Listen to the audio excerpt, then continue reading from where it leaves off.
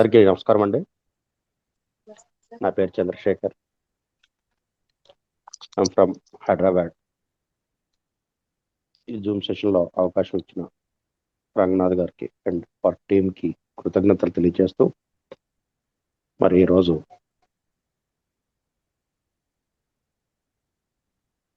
శ్వాస యొక్క గొప్పతనాన్ని తెలుసుకునే ప్రయత్నం చేద్దాం.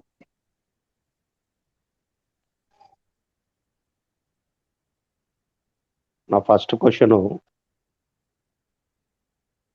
అందరూ ధ్యానం చేస్తున్నారు, బాగుంది.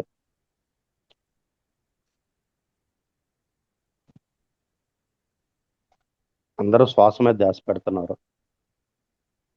కానీ ఏ రోజైనా ఉదయం లెగిసిన తర్వాత రాత్రి పడుకునే ముందు శ్వాసకి కృతజ్ఞతలు తెలియచేశారా?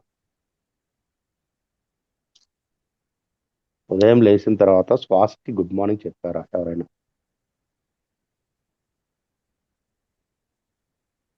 ఎందుకంటే ప్రతి ఒక్కరు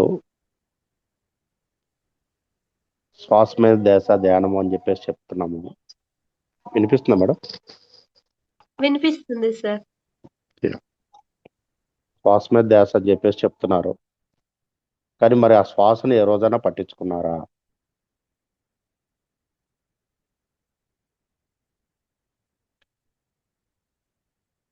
ఎస్,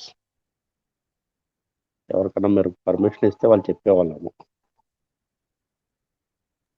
మాస్టర్స్ ఎవరైనా హ్యాండ్ రైజ్ చేయండి మాస్టర్స్. సార్ అడిగిన దానికి నేను మీకు ఆప్షన్ ఇస్తాను master.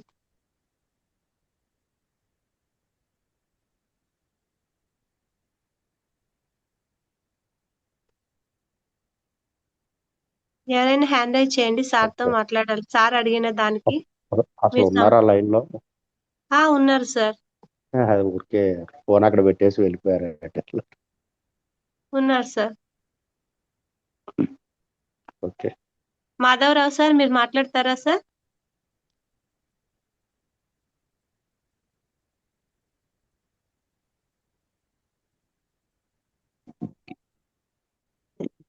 Okay madam, time waste అవుతుందా? Okay friends, sir. ఏదైనా కానీ మనం ఏదైనా ఒక పని చేస్తున్నప్పుడు పూర్తి స్థాయిలో దాని యొక్క గొప్పతనాన్ని, దాని యొక్క విశేషమైన జ్ఞానాన్ని మనం పొందాలి. ఆ జ్ఞానం పొందినప్పుడు ఏమవుతుందంటే, దాని గురించి మనకు సగం సగం తెలిసినప్పుడు ఆల్మోస్ట్గా ఆ చేసే పని మీద శ్రద్ధ ఉండదు మనకి. శ్రద్ధ లేనప్పుడు మీరు ఎంత దాన్ని చేసినా కానీ ఫలితం సరిగ్గా రాదు. మీకు సరి అయిన ఫలితం కావాలి అంటే పూర్తి అవగాహన కూడా ఉండాలి. ఎందుకంటే ప్రపంచంలో ఇంతమంది డాక్టర్లు ఉన్నారు, ఎన్నో రకాల విధానాలు ఉన్నాయి, కానీ కేవలం శ్వాస మీద ధ్యాస అని చెప్పేసి చెప్తున్నారు. మరి ఇటువంటి జ్ఞానాన్ని ఇచ్చినప్పుడు దాని యొక్క పూర్తి అవగాహన చేసుకుంటే దాని ఫలితాలు ఏంటో కూడా మనకు అర్థమవుతాయి. మరి నా గురించి చెప్పాలి అంటే దాదాపుగా 21 సంవత్సరాలు పిరమిడ్ స్పిరిచువల్ సొసైటీస్ మూమెంట్ పత్రి గారితో దాదాపుగా 21 ఇయర్స్గా నేను ప్రయాణం చేస్తున్నాను. ఎన్నో కార్యక్రమాలని విజయవంతంగా పూర్తి చేశాము, చేస్తున్నాం కూడా, ధ్యాన కార్యక్రమాలు. అలాగే ముఖ్యంగా దీనికన్నా నా సాధన. ఎందుకంటే సాధన చేయకపోతే ఆ జ్ఞానం కూడా నిజంగా అర్థం కాదు మనకి. ఎందుకని పత్రికారు ఇచ్చిన 3 కాన్సెప్ట్లో ముఖ్యంగా సాధన. ఫస్ట్ది ధ్యానం చెప్పారు, తర్వాత శాకారం చెప్పారు, తర్వాత పిరమిడ్ శక్తి చెప్పారు. ఆ తర్వాత ఇంకా చాలా ఉన్నాయి, స్వాధ్యాయం అనే అట్లా ఆటపాటలు. కానీ మనం పర్ఫెక్ట్గా ఉంటే మనం ఎన్నైనా చేయొచ్చు. ఒకటి మన శరీరాన్ని సరిగ్గా ఉంచుకోవటము, అలాగే ఈ శరీరానికి అనుసంధానమై ఉన్న ఆత్మను కూడా మనం సరిగ్గా ఉంచుకోవటం. ఇది సరిగ్గా లేనప్పుడు ఏమవుతుంది అంటే శరీరము సరిగ్గా పనిచేయదు, అక్కడ ఆత్మశక్తి సరిగ్గా ఉండదు. ఈ రెండింటిని కలిపే బ్రిడ్జే శ్వాస. మన శరీరాన్ని ఆత్మని కలిపేదే శ్వాస, ఆ బ్రిడ్జ్ మధ్యలో. ఎప్పుడైతే దీన్ని సరిగ్గా మనం అవగాహన చేసుకుని ఆ బ్రిడ్జిని సరిగ్గా నిర్మించుకుంటామో రెండూ కూడా సరిగ్గా పనిచేస్తాయి. శరీరానికి కావలసినంత ఆహారాన్ని ఇస్తున్నాము. 3 పూట్ల 4 సార్లు 5 సార్లు కూడా తినేవాళ్ళు ఉంటారు. తినటం అంటే భోజనం అని కాదు, స్నాక్స్ రూపంలోనో ఇంకోటో అట్లా కనీసం 3 నుంచి 5 సార్లు తినేవాళ్ళు కూడా ఉంటారు కనిపించిందల్లా. కానీ ఏ రోజు కూడా ఆత్మను పట్టించుకోము మనం. అంటే ఈ శరీరాన్ని నడిపిస్తున్నది ఏంటి అనేది పట్టించుకోము. హాయిగా తింటాము, చక్కగా నిద్రపోతుంటాము, అన్నీ చేస్తాము. ధ్యానం చేయండి అంటే మాకు టైం లేదని చెప్పేసి చెప్తారు చాలా మంది. నిజానికి మరి గత 1-2 మంత్స్ బ్యాక్ ఎప్పుడో కడతాల్లో క్లాస్ కండక్ట్ చేసినప్పుడు రంగనాథ్ గారు 100 మంది పైన వచ్చినట్టున్నారు ఆ రోజు. మరి ఇక్కడ చూస్తే 10 మంది కూడా లేరు. అంటే శ్రద్ధ ఎక్కడ ఉంది? శ్రద్ధ కావాలి మనకి. ఆ శ్రద్ధ లేనప్పుడు మనం ఎన్ని చేసినా కానీ ఉపయోగం ఉండదు. ఆ చేసే పని మీద అంత శ్రద్ధ ఉండాలి, అంత భక్తి ఉండాలి, అంత గౌరవం ఉండాలి. ఆ జ్ఞానాన్ని తెలుసుకోవాలంటే తపన ఉండాలి. అందుకనే నేను చేసిన మొదటి పని అసలు ఎందుకు శ్వాస మీద ధ్యాస పెడితే ఇలా జరుగుతుంది అని చెప్పేసి. దానికి నాకు అనేక రకాల పరీక్షలు ఎదురైనవి. దాని గురించి నేను ఆల్మోస్ట్‌గా ఒక 10-12 సంవత్సరాలు సఫర్ అయ్యాను. ఆ ప్రశ్న వేసుకున్నందుకు. ఎందుకంటే ప్రపంచంలో ఎంతోమంది గొప్పవాళ్ళున్నారు, డాక్టర్లున్నారు, ఎన్నో ఉన్నాయి. కానీ మనిషి ఏ ఖర్చు లేకుండా తానింట్లో తాను కూర్చొని తన శ్వాసని గమనిస్తే ఇన్ని లాభాలేంటి? అందులో ముందు ఆరోగ్యమే చెప్తాం మనం ఎవరికి చెప్పినా. తర్వాత మిగతా కార్యక్రమాలు మనశ్శాంతని లేకపోతే ఆర్థికంగాని లేకపోతే రకరకాలు.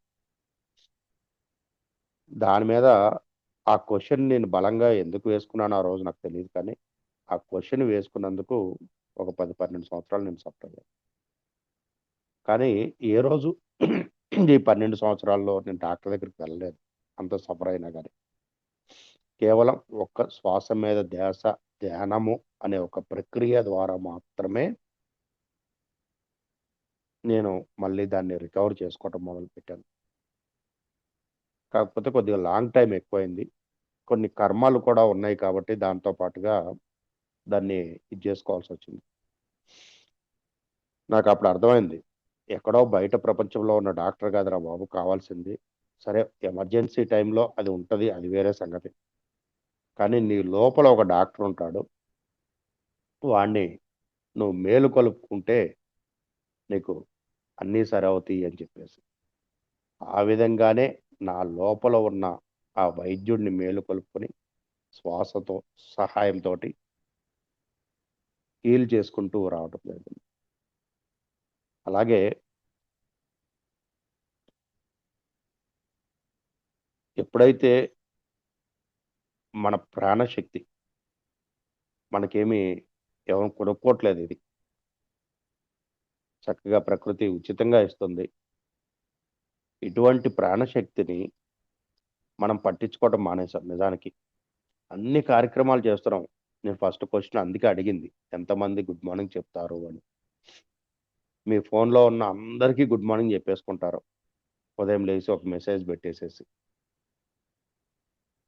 కానీ ఈ శరీరాన్ని నడిపిస్తున్న ఆ శ్వాసకి మాత్రం మనం ఎప్పుడు గుడ్ మార్నింగ్ చెప్పం.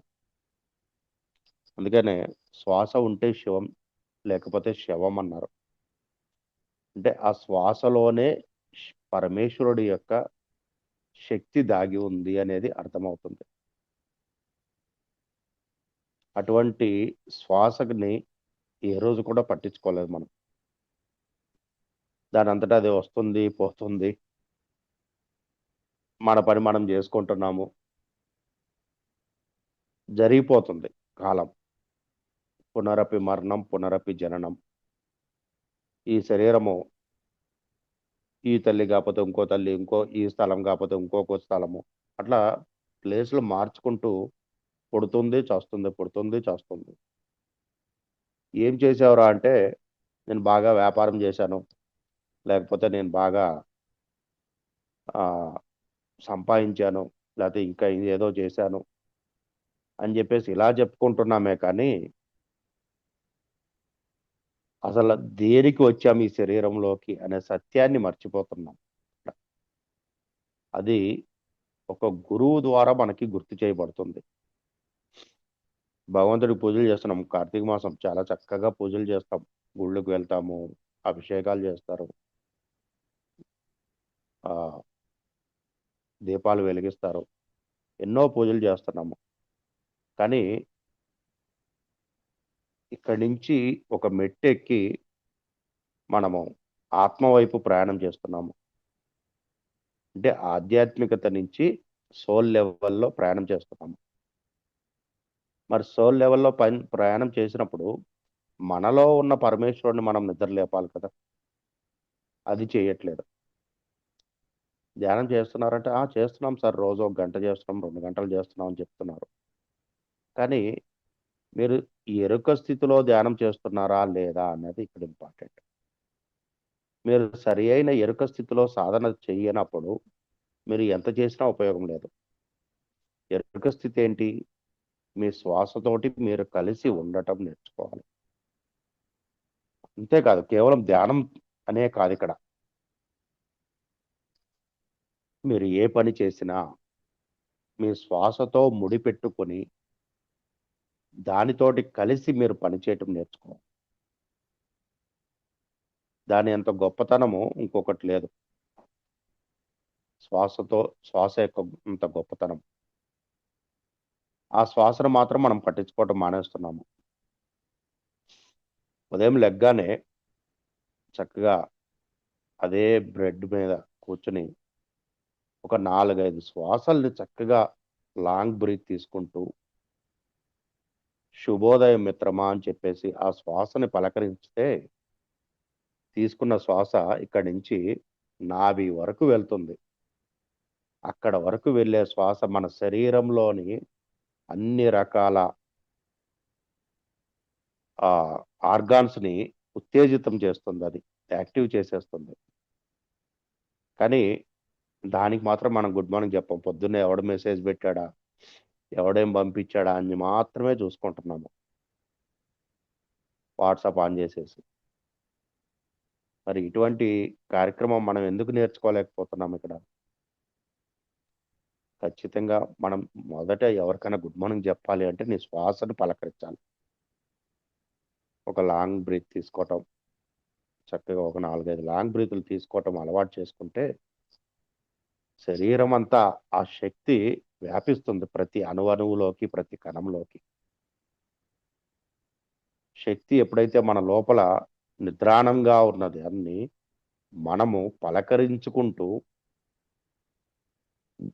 దాన్ని తీసుకోవటం ద్వారా నీ శరీరాన్ని ఉత్తేజితం చేస్తుంది. నువ్వు రాత్రంతా నిద్రపోయావు 6 గంటలో, 7 గంటలో, 8 గంటలో, దానితోటి వచ్చే శక్తి కన్నా 100 రెట్లు అధికంగా శక్తి వస్తుంది ఇక్కడ. ఎందుకంటే చెయ్యాల్సిన ప్రక్రియ ఇది. నువ్వు ఈ ప్రక్రియని చేసి 2 గంటలు నిద్రపోయినా పర్లేదు, రోజుకి నీకేమీ ఇబ్బంది అనిపించదు.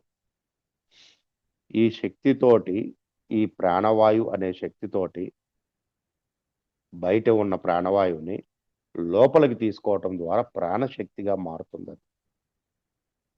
ఈ ప్రాణశక్తిని మనం చెప్పుకుంటున్న విశ్వశక్తి, ఏదైతే కాస్మిక్ ఎనర్జీ అని మనం చెప్పుకుంటున్నామో ఆ విశ్వశక్తికి మనం అనుసంధానం చేసుకోవాలి. అప్పుడు ఈ రెండిటి కలయిక, అంటే చంద్రనాడి, ఇటు సూర్యనాడి, రైట్లో మనకి సూర్యనాడి ఉంటుంది, లెఫ్ట్లో చంద్రనాడి ఉంటుంది. ఈ రెండిటిని ఎప్పుడైతే మనం కలుపుకుంటున్నామో సుషుమ్నాతోటి యాక్టివేట్ అవుతుంది. అంటే మధ్యలోకి మనం తీసుకుంటున్నాం.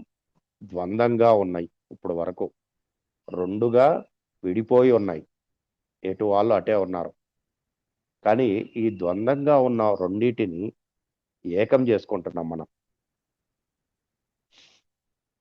ఎప్పుడైతే ఏకం చేయటం నేర్చుకుంటామో ఆటోమేటిక్గా దాని యొక్క గొప్పతనం ఏంటో మీకు అర్థమవుతుంది. శ్వాస యొక్క గొప్పతనం. ఎప్పుడైతే ధ్యానం చేస్తున్నామో నీవే భగవంతుడివి అని చెప్పారు. ఎలా భగవంతుడు అవుతున్నావు నువ్వు? నేనే భగవంతుడిని అనుకుంటే అయిపోతుందా? కానీ ఆ యొక్క గొప్పతనం మనకు తెలియాలి కదా. ఎప్పుడైనా తల్లిదండ్రులు తమ పిల్లలు తనకన్నా కింద ఉండాలని ఎప్పుడు చూడరు. తనంతటి కాకుండా తనకన్నా గొప్పవాళ్ళుగా ఉండాలి అని చెప్పేసి అనుకుంటారు. అట్లాగే ఈ భూమి మీదకి నిన్ను పంపించిన భగవంతుడు కూడా ఒక శరీరంలోకి వీడిక్కడ నిర్ణయించుకుని ఈ పనిని చెయ్యాలి అని చెప్పి వెళ్ళాడు. వీడు చాలా గొప్పగా తయారవ్వాలి అని చెప్పేసి కోరుకుంటాడు భగవంతుడు కూడా. కానీ ఇక్కడికి వచ్చిన తర్వాత ఇవన్నీ మర్చిపోయి మాయలో మనం బతికేస్తున్నాం. భగవంతుడి యొక్క గొప్పతనాన్ని మనము స్వీకరించలేకపోతున్నాం ఇక్కడ. ఎందుకంటే కనెక్టివిటీ తగ్గిపోతుంది, కట్ అయిపోతుంది ఆటోమేటిక్గా. ఎందుకు కట్ అయిపోతుంది అంటే మాయలో ఉండిపోతున్నాము. ప్రపంచంలో ఉన్న అన్ని రకాల మాయలకి మనము అట్రాక్ట్ అయిపోతున్నాము. దాంతో పాటుగా వయసు పెరుగుతున్న కొద్దీ నాది నాది నాది అని చెప్పేసి అది, నేను నేను నేను అని చెప్పేసి ఇంకొకటి, అధికారము, హోదాలు, పరపతి, సమాజంలో గౌరవము, ఇలాంటి అన్నిటిని గమనించుకుని అట్రాక్ట్ అయిపోయి వచ్చిన పనిని మర్చిపోతున్నాము. ఆ వచ్చిన పనినే గుర్తు చేయడానికి వచ్చిన వాడు గురువు మనకి. ఆ గురువును కూడా మనము ఏ రోజు పట్టించుకోవట్లేదు. బాగుందండి, ఏదో గురువు గారి దగ్గరికి వెళ్తే ఏదో 4 మంచి మాటలు చెప్తాడు, ఆయన చెప్పింది వినేసి మనం చేసేసుకుందాము అని చెప్పేసి. ఎక్కడో చాలా కొద్ది మంది మాత్రమే సీరియస్గా తీసుకుని దాన్ని చేసుకోవటం మొదలు పెడతారు. అటువంటి గురువు ఇచ్చిన జ్ఞానాన్ని మనం ఎంత గొప్పగా స్వీకరించుకొని దాన్ని ఆచరణలో పెడతామో అప్పుడు దాని యొక్క గొప్పతనం ఏంటో మనకు అర్థమవుతుంది. అది ఆచరణలో లేనంతసేపు మీరు ఎంత చేసినా ఏం చేసినా కానీ ఉపయోగం ఉండదు. అందుకనే నువ్వే భగవంతుడివి అంటే ఎలా భగవంతుడు అవుతున్నాము అంటే ఈ విధంగా అవుతాము. భగవంతుడి యొక్క శక్తి నీ దగ్గర ఉంది. అమ్మవారు అడుగుతుంటది అనమాట ఒకసారి, ఏమని, పరమేశ్వర ఇక్కడ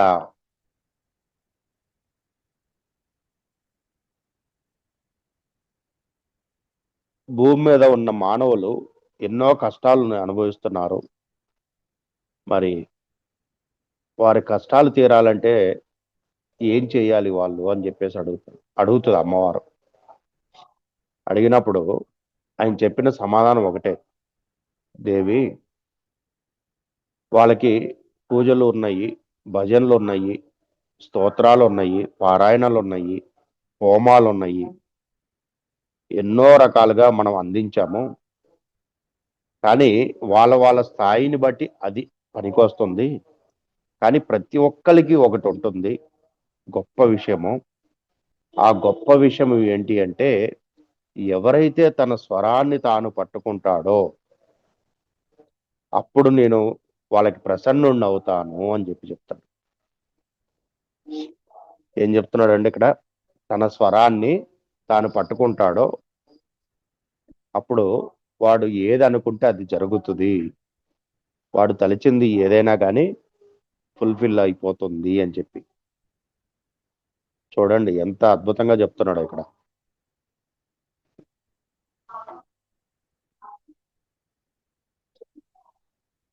ఏది చేసినా కానీ నేను ప్రసన్నుని కాను.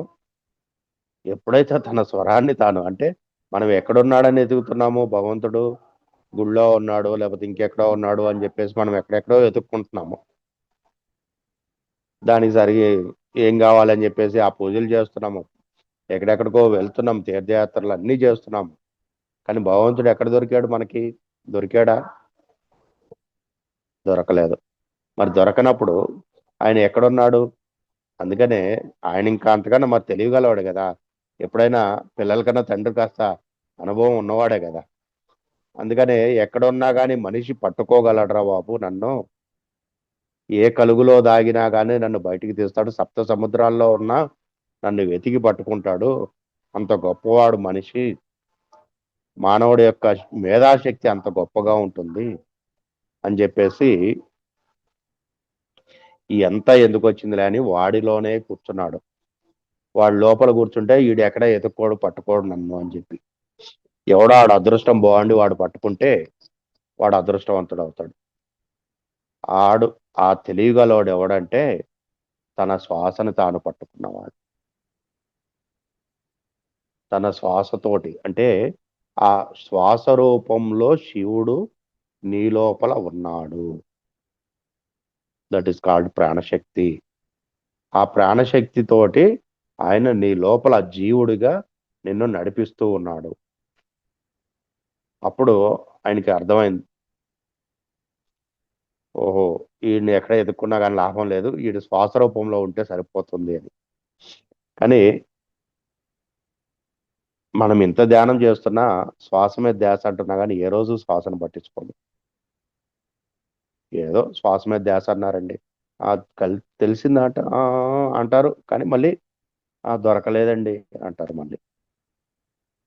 అందుకనే ప్రాణాయామం అనేది ఒకటి చేస్తే, ఇది పరమేశ్వరుడు కూడా చేశాడు, దత్తాత్రేయుడు చేశాడు, శ్రీపాద వల్లభుడు చేశాడు, ఎంతో మంది ఋషులు చేశారు ఇది. ఆ ప్రాణాయామం చేసినప్పుడు అప్పుడు శ్వాస యొక్క గొప్పతనం ఏంటో నీకు అర్థమవుతుంది, శ్వాస అంటే ఏంటో నీకు తెలుస్తుంది. నీకు శ్వాస తెలిసిందా, గాలేస్తుందా అంటే ఎలా తెలిసింది అంటే స్పర్శ రూపంలో తెలిసింది. నాకు స్పర్శ తెలిసింది, ఆ గాలి తిరుగుతున్న ఫ్యాన్ తిరుగుతున్న గాలి నాకు తగిలింది అంటాం. లేతే బయట ఎక్కడో కూర్చున్నప్పుడు ఒక చెట్టు చక్కగా వీచినప్పుడు ఆ గాలి వచ్చి మన శరీరానికి తగిలినప్పుడు ఆ స్పర్శ ద్వారా తెలిసింది అంటాం. కానీ వాస్తవానికి ఎక్కడుంది అది? మన లోపలే సూర్యచంద్ర నాడుల రూపంలో మన లోపలే సంచరిస్తుంది. ఈ ప్రాణశక్తిని మనం పట్టుకోవాల్సిన అవసరం, అటువంటి ప్రాణశక్తిని మనము పట్టుకోవాల్సిన అవసరం ఉంది. మన లోపలే సంచరిస్తున్న ప్రాణశక్తిని మనం పట్టుకోవాలి. అదే శ్వాస మీద ధ్యాస. ఎప్పుడైతే ఇది పట్టుకుంటాం నేర్చుకుంటారో ఏ మనిషి అయినా సరే, not only pyramid master, what ever is human being ఎవరైనా సరే, ఆ శ్వాస యొక్క గొప్పతనాన్ని తెలుసుకుని ఆ ప్రాణాయామాలు చేసి బయటికి దాని ద్వారా అంతర్ముఖముడు అయి లోపల జరుగుతున్న ఆ ప్రాణశక్తిని ఎప్పుడైతే పట్టుకుంటాడో వాడు అద్భుతంగా జీవించడం మొదలు పెడతాడు. అందుకనే మహావతార్ బాబాజీ కూడా ప్రాణ శక్తి యొక్క గొప్పతనాన్ని వివరించారు. కాకపోతే ఆయన క్రియ అని చెప్పేసి అన్నారు. క్రియా రూపంలో ఆయన లాహిర్ మహాశైలికి ఆ జ్ఞానాన్ని ఇచ్చారు. ఆయన చెప్పింది కూడా అదే, ప్రాణశక్తి ధ్యానం గురించే చెప్పారు, శ్వాస గురించే చెప్పారు. మరి అటువంటి శక్తిని లాహిర్ మహాశైలు ప్రపంచానికి అందించారు. నువ్వు ఇక్కడ కాదు నాయన చేయాల్సింది, నీ పని ఇది కాదు, ఈ ఎవడికో రావాల్సిన ట్రాన్స్ఫర్ని తీసుకొచ్చి ఆయనకి ఇచ్చి ఆయన్ని ఎక్కడో కాశీలో ఉన్న వాడిని హిమాలయాలకు పిలిపించుకుని రాణికేత్ ఆయనకి దర్శనమిచ్చి ఎక్కడో కొండ మీద కూర్చుంటాడు. ఈయనేమో ఇక్కడ ఎవరో ఋషులు ఉంటారంట, యోగులు ఉంటారంట చూద్దామని వెళ్ళి ఆ కొండ మీద కూర్చుని ఆయన్ని చూస్తే ఆయన పిలుస్తా ఉన్నాడు. ఆయన ఆకారం చూసి ఈయన భయపడతాడు. ఈడేం చేస్తాడో, నన్ను ఎందుకు వచ్చింది అని చెప్పేసి ఆలోచిస్తున్నాడు. అప్పుడు పేరు పెట్టి పిలవటం మొదలు పెట్టాడు ఆయన. ఇదేంటి నా పేరు ఈయనకేం తెలుసు అని చెప్పేసి పేరు పెట్టి పిలవటం మొదలు పెట్టాక అప్పుడు దగ్గరికి వెళ్ళాడు ధైర్యం చేసి. అప్పుడు ఆయన్ని తీసుకుని ఆయన ఎక్కడైతే తపస్సు చేశారో ఆ ప్రదేశానికి తీసుకువెళ్ళి, ఇదే నీ స్థానము, స్వస్థానము అని చెప్పేసి చెప్తే, ఇదేంటి ఇది నా స్థానం ఎందుకు అవుతుంది అంటాడు. లేదు నువ్వు సరిగ్గా చూడు అంటాడు. అయినా కానీ ఆయనకి ఏం అర్థం కాదు. అప్పుడు ఆయనకి ఎప్పుడైతే తన నుదుటి మీద బాబాజీ తాకుతారో, స్పర్శిస్తారో, అప్పుడు తన గత జన్మల యొక్క స్మృతులన్నీ గుర్తొస్తాయి. గుర్తొచ్చి అప్పుడు అక్కడ ఉన్న ఆ కంబలని, ఆ కమండలాన్ని ఇవన్నీ చూసి, అవును నేను ఇక్కడ సాధన చేశాను, నా గతంలో ఇక్కడే ఉన్నాను, నా గత జీవితంలో గత జన్మల్లో ఇక్కడ ఉన్నాను అని. అప్పుడు ఆయనకి పరిపూర్ణమైన దీక్షనిచ్చి ఆయన ఏదైతే మానవుడి యొక్క జీవితంలో ఉన్నాయో ఆయనకున్న కోరికల్ని ఆ క్షణానికి ఒక్క రాత్రిలో వాటన్నిటిని తీర్చివేసి అక్కడే ఉన్న ఆ గంగా నదిలో కూర్చున అని చెప్పేసి అక్కడ ఆ నదిలో స్నానం చేయించి ఆయన కోరికలన్నీ తీర్చేసి అప్పుడు ఆయనకి దీక్షనిస్తాడు. ఆయనకి దీక్షను ఇచ్చిన తర్వాత అప్పుడు అనిపిస్తుంది అనమాట, నేను ఇక్కడ ఉండాలి, ఇంకా నేను వెళ్ళను అని చెప్పేసి. నాకు ఆ బంధాలు వద్దు, నాకు ఏది వద్దు, నాకు ఆ కుటుంబం వద్దని. లేదురా బాబు, నువ్వు వచ్చిన పని వేరే, నువ్వు ఇక్కడ కాదు కూర్చోవాల్సింది, నువ్వు చేయాల్సింది వేరే ఉంది. ఎక్కడైతే మనిషి తృప్తిగా లేడో, చాలా అస్తవ్యస్త జీవితం అనుభవిస్తున్నారో వాళ్ళందరికీ ఈ యొక్క జీవితాన్ని అందించు, ఈ జ్ఞానాన్ని అందించు. నువ్వు చేయాల్సిన పని అదే. నువ్వు ఉద్యోగం చేయటానికో లేకపోతే ఇంకేదో చేయటానికి ఇక్కడికి రాలేదు భూమి మీదకి. నువ్వు సంసారంలోనే ఉంటూ సంసారులుగా ఉన్న మానవుల యొక్క జీవితాల్ని ఉద్ధరించడానికి భూమి మీదకు వచ్చావు. కాబట్టి నీ సంసారంలో నువ్వు ఉంటూ సంసారంలో ఉన్న అనేక మందిని, అర్హత ఉన్న వాళ్ళందరికీ ఆ దీక్షనిచ్చి వాళ్ళని కార్యోన్ముఖులను చెయ్యి అని చెప్పి పంపిస్తారు. అలా మళ్ళీ వెనక్కి వచ్చి ఆయన ఉద్యోగంలాగా మళ్ళీ గోడగొట్టిన బంతిలాగా, అరే బాబు ఎవడికో రావాల్సింది నీకు పంపించాము, పొరపాటున నిన్ను పంపించాము, నువ్వు వెనక్కి వచ్చేసి అని మళ్ళీ ఆయనకి టెలిగ్రామ్ ఇచ్చి ఆయన వెనక్కి పిలిపించుకుని కాశీకి అక్కడ ఆయన పోస్ట్ ఆయనకి ఇచ్చేస్తారు. నిరంతర సాధన చేస్తాడు. ఒక గురువు ఇచ్చిన దీక్షకి ఆయన ఎంతో అద్భుతంగా సాధన అంటే ఇలా చెయ్యాలి అనే తపనతో చేస్తారనమాట. ఆయనకి ఏ రోజు కూడా ఆయన జబ్బు పడటం లేదు. ఆయన ఉన్నంత కాలం కూడా ఏ రోజు కూడా ఆయన కేవలం నామమాత్రంగా ఉద్యోగం చేస్తున్నారు, కానీ ఏ రోజు కూడా ఆయన కుటుంబ సమస్యలు కానీ కుటుంబ అవసరాలు కానీ తీరకుండా లేవు. ఆయన ఒక మాట చక్కగా చెప్తారు, ఎప్పుడైతే నువ్వు భగవంతుడు పని చేస్తావో ఆ భగవంతుడు నీ పని చేస్తాడు అని చెప్పి. భగవంతుడి పని అంటే ఏంటండి? మనమేమి ఎక్కడికి ఊర్లు పట్టుకుని అడవులు పట్టుకుని ఎక్కడికి తిరగక్కర్లేదు. నిజానికి నీ లోపల ఉన్న భగవంతుడి యొక్క తత్వాన్ని నువ్వు పట్టుకొని శ్వాస రూపంలో ఉన్న భగవంతుడిని చేరుకుంటే అదే భగవంతుడి సేవ. మనం భౌతికంగా చేసే అవన్నీ కూడా నామమాత్రమే. అవన్నీ టెంపరీ. నువ్వు ఎన్ని జీవితాలు ఎన్ని జన్మలు ఎత్తినా కానీ అవన్నీ టెంపరీ నీకు. కానీ ఎప్పుడైతే నీ లోపల అనుసంధానం అవుతావో నీ శ్వాసతోటి, అది భగవంతుడి సేవ. అప్పుడు నీతోటి ఏమేమి చేయించాలి, ఏ పనులు ఉన్నాయి నువ్వు చేయాల్సింది ఈ భూమి మీద అని చెప్పేసి ఆయన నిర్ణయించుకుంటాడు. నీకు చక్కగా నిన్ను చూసుకుంటూ ఉంటాడు. నీకు ఏ సమయానికి ఏది కావాలో అది అందిస్తాడు. ఆ విధంగా ఆయన బాబాజీ ఇచ్చిన దీక్షని తీసుకుని ప్రతిరోజు రాత్రంతా ధ్యానంలో ఉండేవాళ్ళు. ఏ ధ్యానంలో ఉండేవాళ్ళండి? శ్వాస అనే ధ్యానంలో ఉండేవాళ్ళు. మనం ఏ పని అయితే చేస్తున్నామో అదే క్రియ, దాన్నే క్రియ అంటారు. ఆ క్రియతో కలిసి ఆయన అక్కడ ఉన్నారు. క్రియ అంటే ఏదో వేరే అనుకోకండి. క్రియ అంటే మన సాధన శ్వాస, మనం చేస్తున్న పనే. నువ్వు ఏ పని చేస్తున్నావో ఆ పనే క్రియ. ఆ చేసే పని, మనం చేసే పని ఏంటి? మన శ్వాసతో మనం కలిసి ఉండటం. మన శ్వాసతో మనం ఎప్పుడైతే కలిసి ఉంటున్నామో అదే క్రియ. అటువంటి గొప్ప ఆ ఆ కార్యక్రమంలో ఆయన రాత్రంతా ఉండేవాళ్ళు.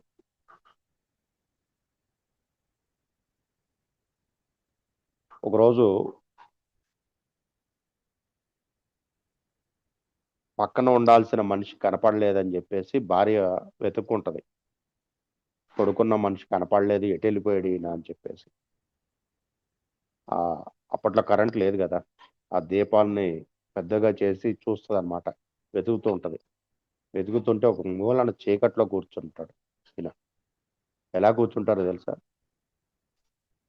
3 అడుగుల ఎత్తున గాలిలో, నేలకి ఆకాశానికి మధ్యలో దాదాపుగా 3-4 అడుగుల ఎత్తులో కూర్చుని ధ్యానం చేస్తుంటారు. సాధనలో ఉంటారు. చూడండి ఎంత తీవ్ర సాధన చేశారో వారు. అది అసలైన సాధన మనం చేయాల్సింది. అది అందరికి సాధ్యమా అని అనుకోవచ్చు. ఖచ్చితంగా అందరికీ సాధ్యమే అండి. ఎప్పుడైతే మనం ఈ మార్గంలోకి రాబడ్డామో, నిజంగా ఎన్నో జన్మల యొక్క ప్రయాణం మనది. కనీసం ఒక 400 జన్మల ప్రయాణం చేస్తే కానీ మనం ఈ సాధనా మార్గంలోకి రాలేం. అర్హత ఉంటుంది. అటువంటి అర్హతను సంపాదించుకున్న మనం కూడా అంత సాధన చేయొచ్చు. భౌతికంగా తీసుకుంటున్న ఈ జ్ఞానము లేకపోతే శ్వాస ఇవన్నీ కాదు. లోపలికి అంతర్ముఖంగా అవటానికి మనకి నవరంధ్రాలు ఉన్నాయి. ఏ రంధ్రం ద్వారా అయినా శ్వాస బయటికి వెళ్ళిపోతుంది, ప్రాణం విడుస్తుంది శరీరాన్ని వదిలేసి. కానీ లోపలికి వెళ్ళటానికి మాత్రం ఒకటే మార్గం ఉంది మనకి. ఆ మార్గమే ఇది. ఆ మార్గం ద్వారా ఆ శ్వాసని పట్టుకొని మనం ఎప్పుడైతే అంతర్ముఖం అవుతున్నామో అప్పుడు మనకు అది కూడా సాధ్యమవుతుంది. ఎక్కడ మనం ఏమీ పరుగులు పెట్టాల్సిన అవసరం లేదు. దానికి కావలసిన సాధనతో పాటుగా నీకు కావాల్సిన జ్ఞానం కూడా లభిస్తుంది. జ్ఞానంతో పాటుగా మరి బాధ్యతలు ఉన్నాయి కదండి అని చెప్పేసి అంటారు. ఎప్పుడు ధ్యానం చేస్తా కూర్చుంటే మన కుటుంబాన్ని ఎవరు నడిపిస్తారు అంటారు. నీ కుటుంబ అవసరాలకి తగిన విధంగా ఎంత కావాలో నీకు అంత వచ్చి తీరుతుంది. దాంట్లో ఎంత మాత్రం సంశయం లేదు. కానీ మనసా వాచ కర్మన గురువు మీద అచంచలమైన విశ్వాసం ఉండాలి. గురువు అంటే నువ్వు ఇంకెక్కడో అనుకోకండి ఫిజికల్గా. గురువు కేవలం నీ శ్వాసే. పత్రిగారు ఈ విషయాన్ని ప్రతి సందర్భంలోనూ చెప్పేవాళ్ళు. ఈ గడ్డంగాడు కాదు, ఈ వ్యక్తి కాదు, ఈ శరీరం కాదు గురువు అంటే. ఎక్కడైతే నువ్వు శ్వాసతో కలిసి ఉంటున్నావో, నీ శ్వాస ఉందో అదే నీ గురువు, అదే నీ తల్లి, నీ తండ్రి, దైవం, నీ ఫిలాసఫర్, నీ గైడ్. ప్రతిదీ నీ శ్వాసే. ఆ శ్వాస దగ్గరికి నువ్వు ప్రయాణం చేయనివాడు పత్రిగారు. అది చేయట్లేదు మనం ఇక్కడ. చేస్తున్నారు నామమాత్రంగా. అలా కాకుండా అచంచలమైన భక్తి విశ్వాసాలతోటి, నమ్మకంతోటి ఆ గురువుని నమ్మి ఆయన చెప్పిన జ్ఞానాన్ని నమ్మి ఎప్పుడైతే నీ శ్వాసతోటి నువ్వు కలిసి ఉండటం నేర్చుకుంటావో ఆటోమేటిక్గా నీ యొక్క ఎదుగుదల పెరుగుతూ ఉంటుంది. ముందుకు వెళ్తూ ఉంటావు, ప్రయాణం చేస్తూనే ఉంటావు. అదే లాహిరి మహాశైలు వారు చేసింది. మనకు కూడా అంతటి అర్హత ఉంది. చాలా మంది చెప్తుంటారు, ఎందుకు ఇప్పుడు ఈ జూమ్ నిర్వహిస్తున్న దాని పేరు కూడా అదే కదా, మహావతార్ ఫౌండేషన్, మహావతార్ బాబాజీ ఫౌండేషన్, రంగనాథ్ గారు. అంటే చూడండి, బాబాజీని మనం ఎంత చక్కగా తీసుకుంటున్నామో, కానీ మరి వారు చెప్పిన జ్ఞానాన్ని మనం ఆచరించాలి కదా. అందుకనే ఎంతసేపు అనే దానికన్నా కూడా ఎంత క్వాలిటీగా చేసుకున్నావు నువ్వు సాధన అనేది ఉండాలి ఒకటి.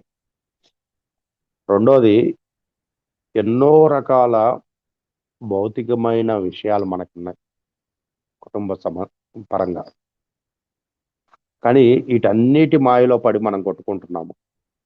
మరి ఈ శక్తి ఎక్కువ ఇక్కడ వాడుతున్నామా లేదా? దీనికి ఎక్కువ ఖర్చు పెట్టేసుకుంటున్నాం మనం. కానీ దీనికన్నా ఎప్పుడైతే నువ్వు నీ శ్వాసతోటి అనుసంధానమయ్యి భగవంతుడి యొక్క సేవ అంటే ఆ పరమేశ్వరుడిని కలవటానికి నువ్వు ప్రయత్నం చేస్తావో, ఆయన్ని దర్శించడానికి నువ్వు ప్రయత్నం చేస్తూ ఉంటావు నిరంతరము, అప్పుడు నీ యొక్క భౌతికమైన విషయాలన్నీ కూడా జీరో అయిపోతూ ఉంటాయి నీ దగ్గర. నీకు అవసరం లేని అన్ని పక్కకు వెళ్ళిపోతుంటే, అవసరం ఉన్నాయని నీ దగ్గరికి వచ్చేస్తుంటాయి. మనం ఆ పనిని నేర్చుకోవాలి. మళ్ళీ భగవంతుడు అంటే, ధ్యానం అంటే మళ్ళీ ఏ చెట్టు కిందకి వెళ్ళిపోవాలో, ఏ అడవులకి వెళ్ళిపోవాలో, మళ్ళీ నా ఫ్యామిలీ ఏమైపోద్దో అవసరం లేదు. సంసారంలో నిర్వాణం. లాయర్ మహాశైలు అదే చేశారు. శ్రీరామ ఆచార్య వారు, గాయత్రి పరివారం వాళ్ళు అదే చేశారు.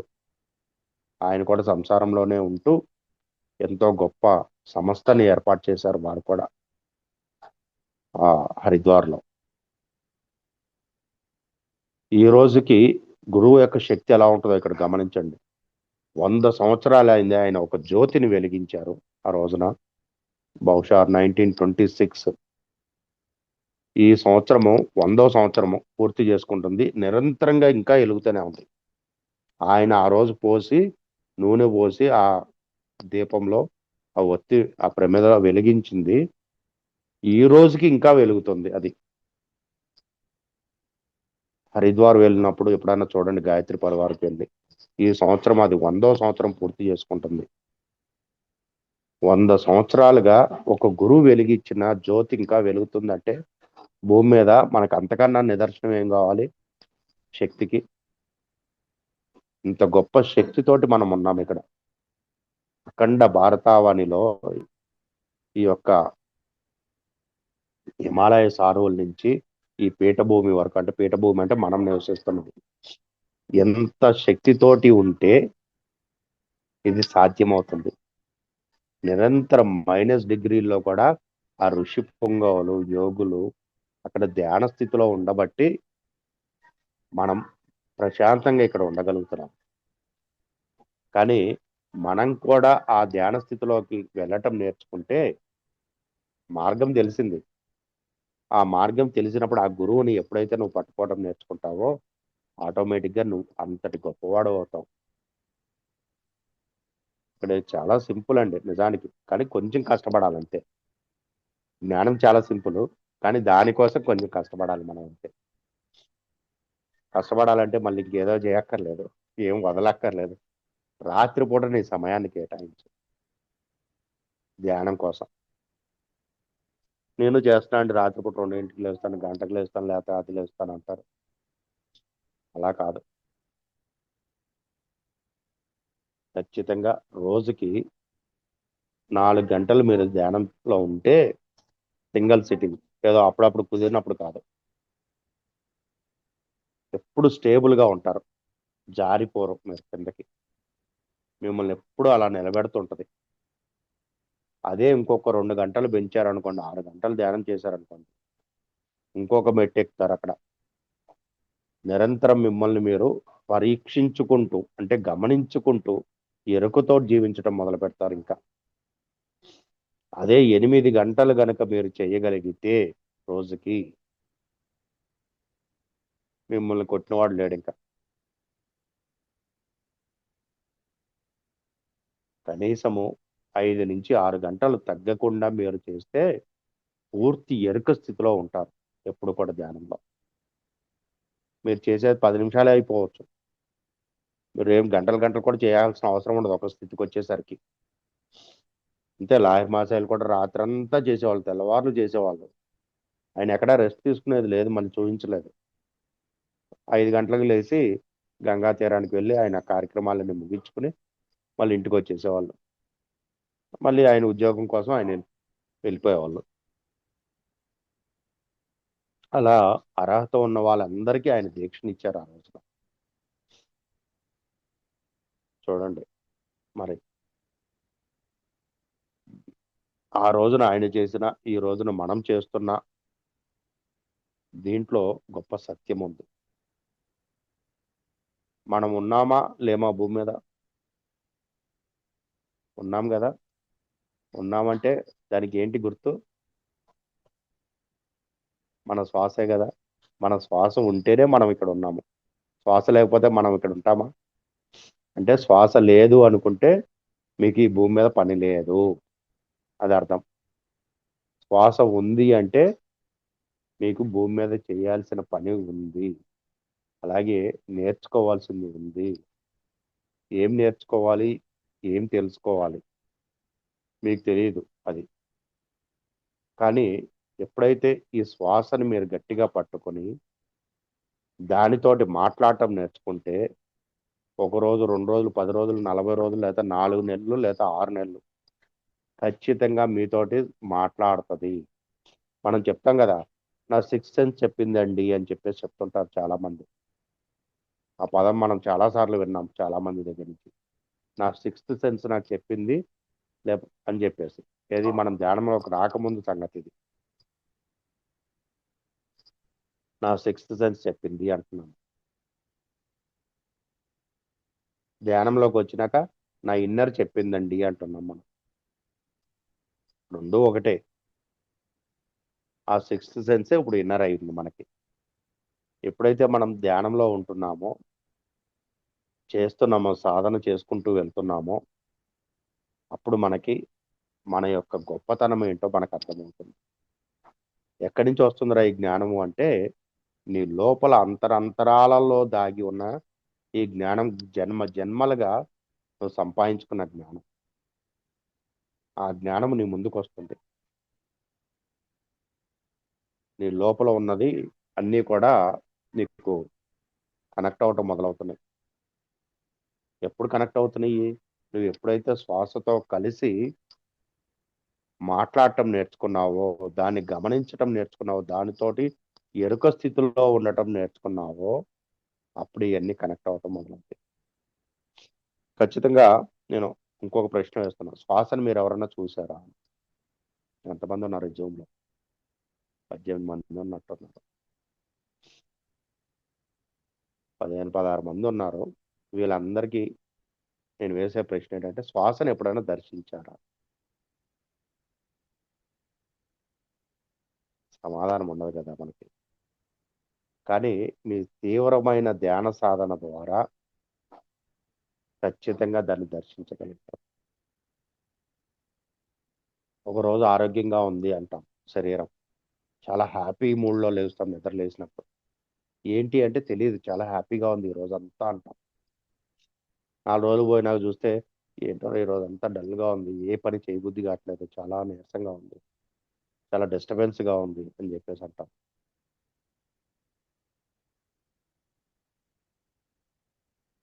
కారణం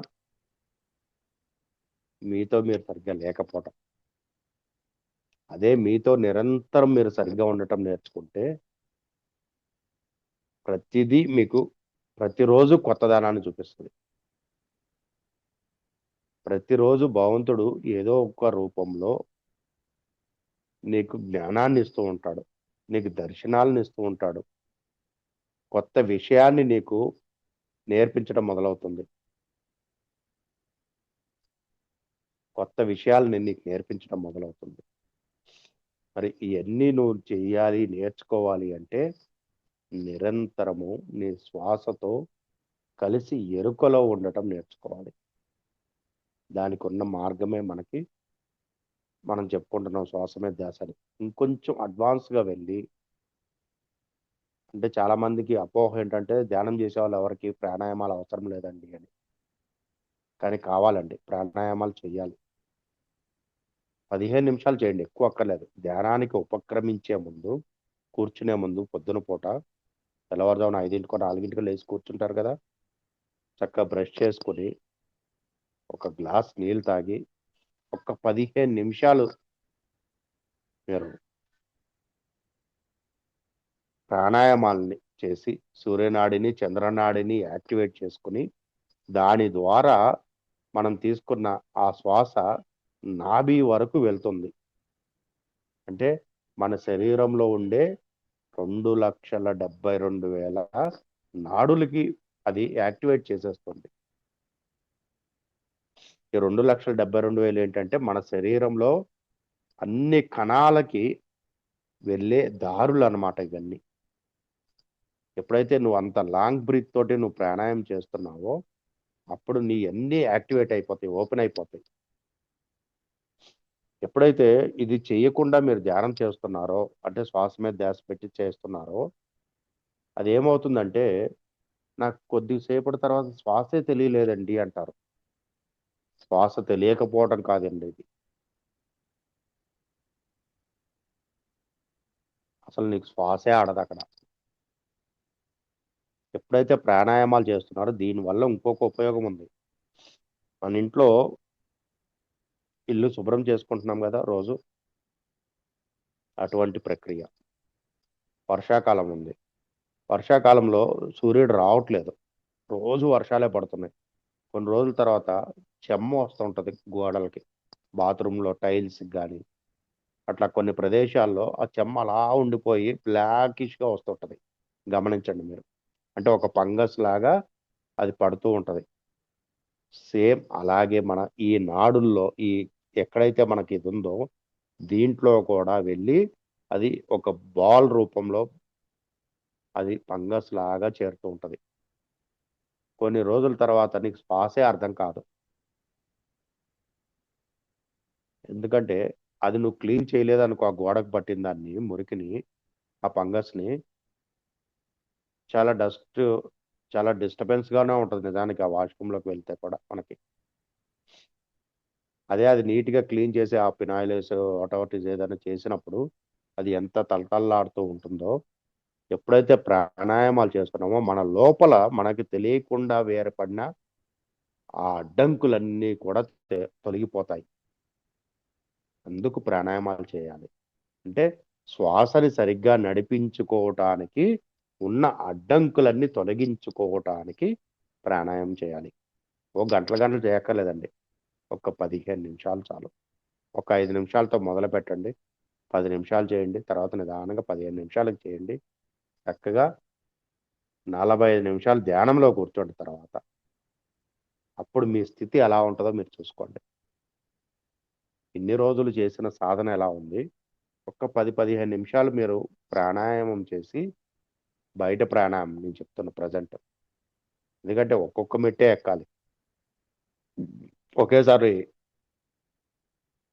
పుట్టిన పిల్లవాడికి పాలు ఇవ్వాలి కానీ మీరు బిర్యానీలు పెట్టకూడదు, ఆవకాయ అన్నం పెట్టకూడదు. అలాగే మనం కూడా అంతే. బయట ప్రాణాయామం చేసి ఒక 15 నిమిషాలు తర్వాత అంతర్ముఖమైన తర్వాత శ్వాస మీద ధ్యాస పెట్టి నిదానంగా నీ సాధన పెరుగుతున్న కొద్దీ అప్పుడు అంతర్ ప్రాణాయామానికి వెళ్ళటం జరుగుతుంది. అదంతా ఒక రోజులోనో, ఒక నెలలో, ఒక సంవత్సరంలో అయిపోదండి. మీ తీవ్రమైన సాధనను బట్టి ఉంటుంది అది. దాని యొక్క మీ జిజ్ఞాస ఉండాలి, దాని మీద ఎంతో ప్రేమ ఉండాలి, తపన ఉండాలి ఆ జ్ఞానం నేర్చుకోవాలని. అలాగే ఆ గురువు చెప్పిన ఆ జ్ఞానానికి మనం అచంచలమైన విశ్వాసాన్ని చూపించుకోవాలి. ప్రతి క్షణం బిచ్చగాడని కాదు కానీ మనకి ఏదన్నా వస్తువు కావాల్సి వస్తే పిల్లలకి ఎవరిని అడుగుతారండి? ఆ ఇంట్లో ఉన్న పిల్లలు ఏదైనా కావాలి అన్నప్పుడు ఎవరిని అడుగుతారు? ముందు కనిపించేది ఎవరు? తల్లి. ఆడవాళ్ళు ఇంట్లో ఉంటారు కాబట్టి ముందు తల్లికి ప్రయారిటీ ఉంటుంది. అంటే తండ్రి దగ్గర వాళ్ళకి అంత ఫ్రీడమ్ ఉందో లేదో, లేకపోతే భయమో ఏదైనా కానీ ముందు రికమెండేషన్ ఎక్కడికి వెళ్తుంది? కావాల్సిన వస్తువునికి తల్లికి చెప్తున్నారు. ఆవిడ కొనిస్తుందా? ఆవిడ ఏం కొనివ్వదు అన్ని. ఆవిడ దగ్గర ఉన్న 10 రూపాయలు 100 రూపాయలు అయితే ఓకే. అంతకు మించి అయితే మళ్ళీ తండ్రి దగ్గరికి వెళ్తుంది అది. వీడికి ఇది కావాలంట అని చెప్పేసి. ఆయన కొనిస్తాడా లేదా తర్వాత చూద్దాం. వాడికి అర్హత ఉందా లేదా అని గమనిస్తాడు. ఈ వస్తువు వాడికి కొనివ్వాలా వద్దా అని గమనిస్తాడు. ఇప్పుడు వద్దు నాన్న, నీకు తర్వాత నేను కొనిస్తాలే అని దానికి ఏదో కారణాలు చెప్తాడు ఆడు అరుస్తుంటే, ఏడుస్తుంటే. ఇంకా ఆడు బాధ భరించలేక మరీ తప్పని పరిస్థితి అయితే ఎవడో ఒకడు కొనిచ్చేస్తాడు. అది ఏదో ఒకటిలే అని. అర్హత లేనప్పుడు ఆడు కొనిచ్చినా ఆ వస్తువుని నిలుపుకోవడం వాడి దగ్గర ఉండదు. అది పాడు చేసేస్తాడు మళ్ళీ. అందుకని భగవంతుడు కూడా నీకు ఎప్పుడైతే అర్హత వస్తుందో అప్పుడు నిన్ను ఒక్కొక్క స్టెప్ లోపలికి తీసుకువెళ్తూ ఉంటాడు. ఎరుక స్థితిలో నిన్ను అద్భుతంగా లోపలికి తీసుకువెళ్ళి చక్కగా ఆ మార్గంలోకి నిన్ను ప్రయాణం చేసేలాగా చేస్తాడు. ఇక్కడ కూడా మనం చెప్పేది ఎవరికి? చంద్రనాడితోటి మనం మాట్లాడుతున్నాం. లాంగ్ బ్రీత్ తీసుకొని అది వెళ్ళి అమ్మవారు అంటే చల్లదనం ఉంటాం. అమ్మవారు ఎప్పుడు తల్లి ఎప్పుడు చల్లగా ఉంటుంది, కూల్గా అరవదు ఎప్పుడు కూడా. అరిస్తే అది రాక్షసి అవుతుంది ఆ తల్లి. ఆవిడది వెళ్ళి ఇక్కడ చెప్పిన తీసుకుని మనం చెప్తున్న దాన్ని తండ్రికి చేరవేస్తుంది. అంటే పరమేశ్వరుడి దగ్గరికి తీసుకెళ్తుంది అగ్నితత్వంలోకి. అంటే అక్కడ ప్రసాదం అయిపోతుంది అది. అది ఎప్పుడైతే నీకు అక్కడ అయిందో, అర్హత వచ్చిందో, నీకు అది ప్రసాద రూపంలో నీకు కిందకు వచ్చేస్తుంది, అందించేస్తుంది. అలా ఎప్పుడైతే మనం ఈ సాధనని, ఈ శ్వాసని మనం పట్టుకోవడం నేర్చుకుంటామో ప్రతి క్షణం ఎలా వీలవుద్దండి అంటారు. సింపుల్ అండి. గంటకి ఒక్క 10 నిమిషాలు మీది కాదు అనుకోండి. అంటే భౌతిక జీవితంలో గంటకి ఒక్క 10 నిమిషాలు మీకోసం మీరు కేటాయించుకోవటం మొదలుపెట్టండి. కేవలం 10 నిమిషాలు అంతే. మిగతా 50 నిమిషాలు మీరు ఏ పని చేస్తున్నారో ఆ పని మీద దృష్టి పెట్టుకోండి. లేదండి గంటకి నేనెక్కడ చేస్తానండి అంటారు. 2 గంటలకు ఒకసారి చేయండి. 20 మినిట్స్, 20 నిమిషాలు, కరెక్ట్‌గా 21 నిమిషం టార్గెట్ పెట్టుకోండి. మీరు చేస్తున్న పనిని ఆపేసి 21 నిమిషం మీరు ప్రశాంతంగా కూర్చొని ఒక లాంగ్ బ్రీత్ తీసుకుంటూ ఎలా ఉన్నావు మిత్రమా అని పలకరించండి దాన్ని. నాకేమన్నా తెలియచేస్తున్నావా? లేతే నేను ఈ పని చేస్తున్నాను, దీంట్లో నాకు పరిపూర్ణంగా అది లభించేలాగా చూడు అని రిక్వెస్ట్. నేను చేస్తున్న పనిని నాతోటి చక్కగా పరిపూర్ణంగా చేయించు, దాంట్లో పర్ఫెక్షన్ లాగా వచ్చేలాగా చేపించు అని చెప్పి. ఎవరితోటైనా మాట్లాడాలి, మీరు మాట్లాడకండి. నాతోటి అద్భుతంగా మాట్లాడించు ఎదుటి వ్యక్తికి అని చెప్పేసి చెప్పండి. ఏదో మీటింగ్కి వెళ్ళాలి, లేకపోతే చుట్టాల్లోనో, బంధువుల్లోనో, స్నేహితులతోటో మాట్లాడాల్సి వస్తుంది. అక్కడ మీరు మాట్లాడకండి. ఇక్కడే కూర్చొని చక్కగా ఒక 10 నిమిషాలు ఒక లాంగ్ బ్రీత్ తీసుకుంటూ ఒక 5, 6 బ్రీత్లు మీరు ఏదైతే చేయాలనుకుంటున్నారో ఆ పనిని దానికి అప్పచెప్పండి. ఎంతసేపు నేను అని కాళ్ళు రెగరేసుకు తిరుగుతాం కదా! ఆ నేను అని కాళ్ళు రెగరేసి తీసుకోవటమే ఆధ్యాత్మికతలో ఉన్న అతి గొప్ప శత్రువు. పొరపాటున వాడు గనక మిమ్మల్ని ఏదన్నా చేశాడనుకోండి, జీవితంలో కోలుకోలేరు ఇక. అధపాతాళానికి వెళ్ళిపోతారు. ఆధ్యాత్మికతలో అహంకారం అన్నది వచ్చింది అంటే వాడు జీవితం అధపాతాళానికి వెళ్ళిపోతుంది. వాడు జీవితంలో మళ్ళీ ఎదగాలి అంటే అధపాతాళానికి వెళ్ళిపోయిన వాడు మళ్ళీ తీవ్రమైన సాధన చేస్తే వాడు తప్పును వాడు తెలుసుకుని అప్పుడు మళ్ళీ వాడు మామూలుగా వస్తాడనమాట. అంటే ఎంత తీవ్రమైన సాధన చేయాలి, మరి జీవితం ఈలోపు వ్యర్థమైపోతుంది కదా. అందుకనే నేను అనేది వదిలేయండి, నాది నేను ఇవన్నీ వదిలేసేయండి. సింపుల్. ప్రతి పనిని భగవంతుడికి అప్పచెప్పానండి, భగవంతుడికి చెప్పాను అంటాము. భగవంతుడి స్థాయి దాటి వచ్చారు కాబట్టి మీరు ఇక్కడ ఉన్నారు. అంటే ఆ గుళ్ళు ఆ భక్తి యోగాన్ని దాటి రాజయోగంలోకి వచ్చారు కాబట్టి మీరు ఇక్కడ ఉన్నారు. మీరు చేయాల్సింది, భగవంతుడిని ఏం ద్వేషించట్లేదు, లేకపోతే గుడికి వెళ్ళొద్దంటలేదు, లేదా తిరుపతి వెళ్ళొద్దంటలేదు. ఇక్కడ మనం చేయాల్సిన పని ఏంటంటే మన లోపల ఉన్న భగవంతుడితో మనం కలిసి ఉండటం నేర్చుకోవాలి. అదే శ్వాస రూపంలో ఉన్న భగవంతుడు.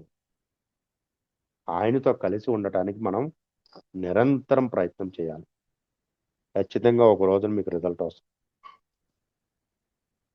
అప్పుడు మీ యొక్క జీవితాన్ని మళ్ళీ వెనక్కి తిరిగి చూసుకోండి. ఆ రోజు ఎలా ఉన్నానో ఒక సింపుల్ ఒక 4 నెలలు టార్గెట్ పెట్టుకోండి. ఒక 4 నెలలు టార్గెట్ పెట్టుకోండి. ఇది ఈ 4 నెలలకు ముందు మీరు ధ్యానం చేస్తున్నారు, కానీ ఇప్పుడు చేస్తున్నారు. 4 నెలల ముందు మీరు చేసిన ధ్యానానికి ఇప్పుడు చేసిన ఈ 4 నెలల నుంచి మీరు చేసిన సాధనకి ఎలా ఉందో మీరే గమనించుకోండి ఆ డిఫరెన్స్.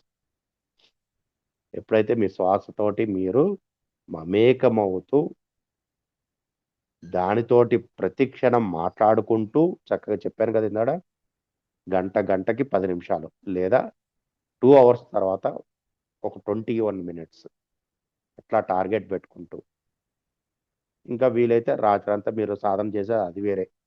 ఇప్పుడు ఈ 21 మినిట్స్ ఈ చెప్తున్నాను కదా, ఇవన్నీ స్నాక్స్ అనుకోండి. కానీ ఈ స్నాక్స్ కూడా ఒక రోజున పూర్తి స్థాయి ఆహారం అవుతుంది మనకి. ఓకే అండి, పూర్తి స్థాయి ఆహారం అవుతుంది మనకి. అప్పుడు దాని యొక్క గొప్పతనం ఎలా ఉంటుందో తెలుస్తుంది మనకి. అబ్బా, ఇన్ని రోజులు నేను మిస్ అయిపోయినా అని చెప్పేసి.